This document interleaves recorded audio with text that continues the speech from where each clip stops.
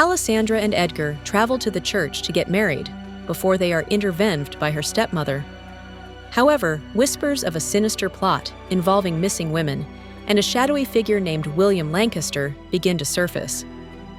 As Alessandra prepares for the wedding, she feels a growing sense of dread, questioning her own safety and the true intentions of those around her.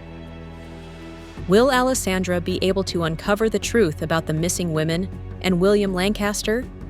Is the Collins family truly involved in the disappearances, or are they innocent victims themselves? Can Alessandra escape the impending marriage and find a way to live her own life?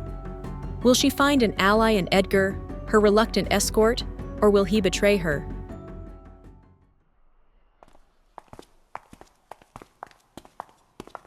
Alessandra couldn't help looking around every inch of the church, as it was her first visit in a long time. Her memory of the church was blurry, and there was nothing she could remember. Duke Collins. A man in a white robe greeted the pair at the church door. What do I owe for this visit? Whenever you visit the church, I am meant to prepare for a funeral. I hope that is not the case. Depending on how you act, there will be no need for a funeral tonight, Peter.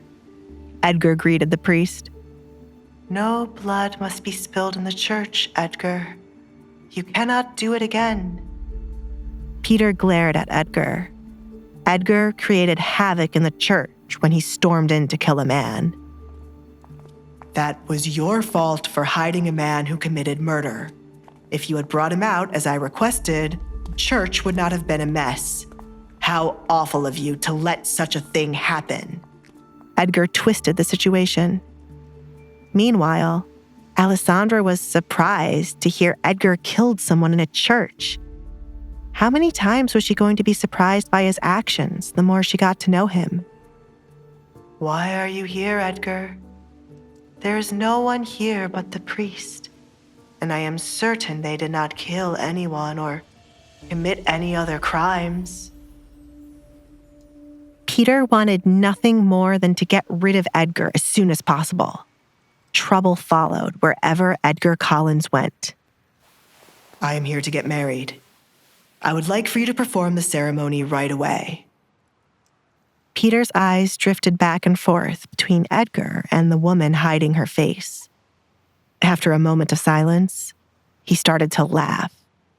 However, when Edgar did not seem amused and the woman did not react to the joke Edgar told, Peter's laughter died down.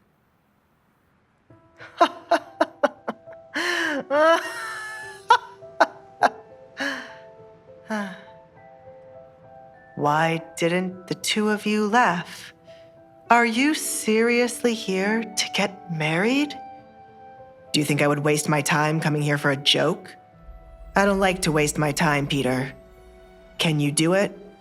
Or does there need to be a funeral and wedding performed by another priest? Do not forget that you owe me, Edgar said, reminding Peter of his knowledge about his past before he became a priest. Very well. Are the witnesses outside? Peter asked, deciding to go through with it to get Edgar out of the church as soon as possible.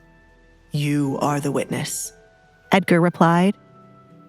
That is not how it works, but okay, Peter muttered, then looked at the woman Edgar brought along. Why is she wearing a coat over her head? Is she someone important, or perhaps? Peter waved his hand around his face. Are you ashamed of her looks? My bad, he choked as Edgar's hand suddenly wrapped around his throat. What a strange priest, Alessandra thought to herself.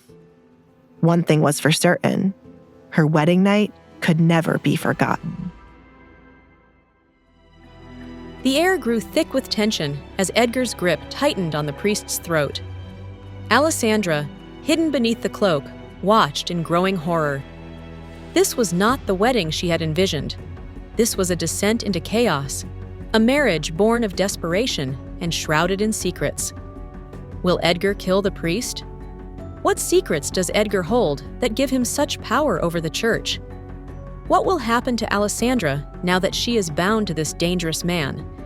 And what truly lies behind the disappearances of women in the city? Hey, I'm Alessandra. If you're wondering what happens next, download the Pocket FM app now and listen to the exciting episodes of The Duke's Masked Bride.